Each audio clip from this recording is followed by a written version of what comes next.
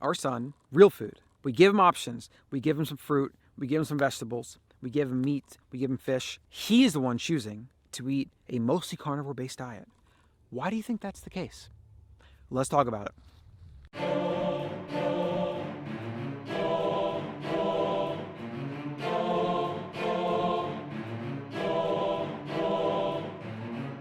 So our son Daro is 16 months now, and he's never had candy or ice cream or cake, or I don't think he's ever had gluten. I'm pretty sure he's never had gluten, and he's definitely never had any grain products, especially from the food we feed him. I mean, he's had a few things at restaurants we've eaten, so maybe there's been some cross-contamination, but he's never knowingly been fed or eaten gluten, grains, beans, lentils.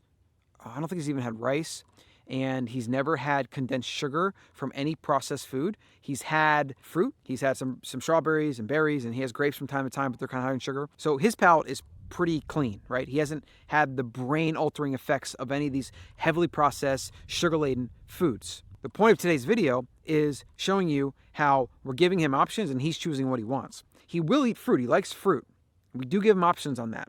We don't force feed him a bunch of it, and we might even limit it at times if we think he's eating too much of it. But what we found is he kind of limits himself. For example, if we give him a plate and he's got some eggs, and maybe he's got like a piece of bacon, and then he's got a few grapes, for example, well, he'll probably eat the few grapes, but he's definitely eating the bacon, and he's definitely eating some of the eggs. And sometimes he might eat all the eggs and all the bacon, and then maybe leave a grape or two. When we give him grass-fed beef, and then again, maybe there's some fruit or some greens or whatever. For example, recently, we had some frozen broccoli that we, butter, salt, whatever, cooked it up, and he had that on his plate. He had some steak, small bits of steak on his plate, and I think that was it actually. It was just broccoli and steak, and he ate all the steak, and I think he nibbled on the broccoli, but he more just kind of picked it up and threw it. Now, this isn't scientific by any means, but what I've noticed is he leans towards those foods that his biology knows are going to have nutrition and that his biology knows is good for him. Now, of course, they're going to taste good to him. Well, guess what? Evolutionarily, food wouldn't taste good if it didn't have some mechanism in place for us. And this can actually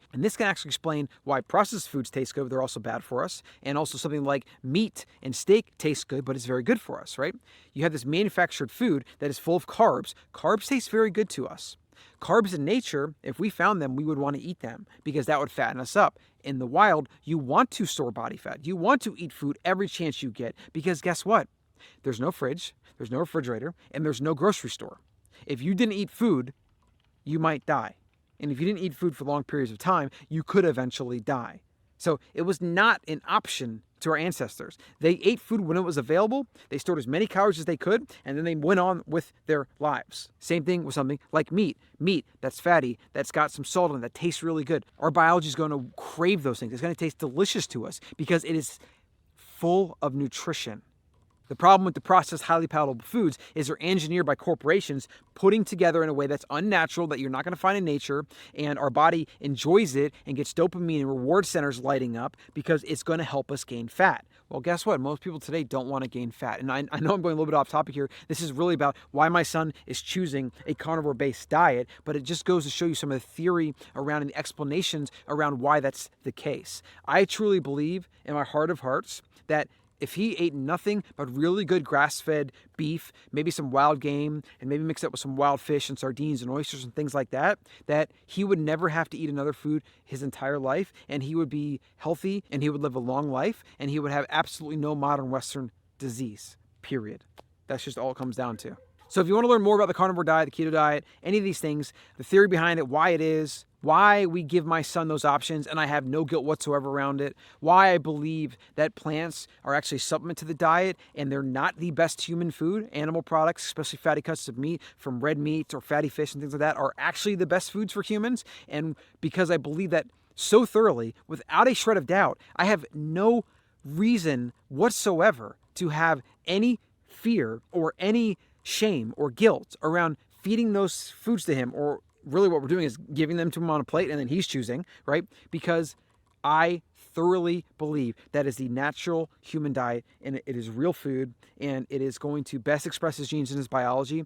And you can watch other videos about why that's the case, why fat and that lipid hypothesis and why saturated fat being demonized and salt being demonized and all these things has literally been backwards, has literally been wrong. It's not even a shred of truth to it. Not a shred of truth to all the really bad research that was done in the 60s and 70s and 80s and that people still cite today that haven't got up to date with the fact that fat is pure nutrition for humans. It is necessary, and animal products that are clean, that have fat and protein, are the best human foods. So make sure you like and subscribe and drop some comments below. Let me know what you think.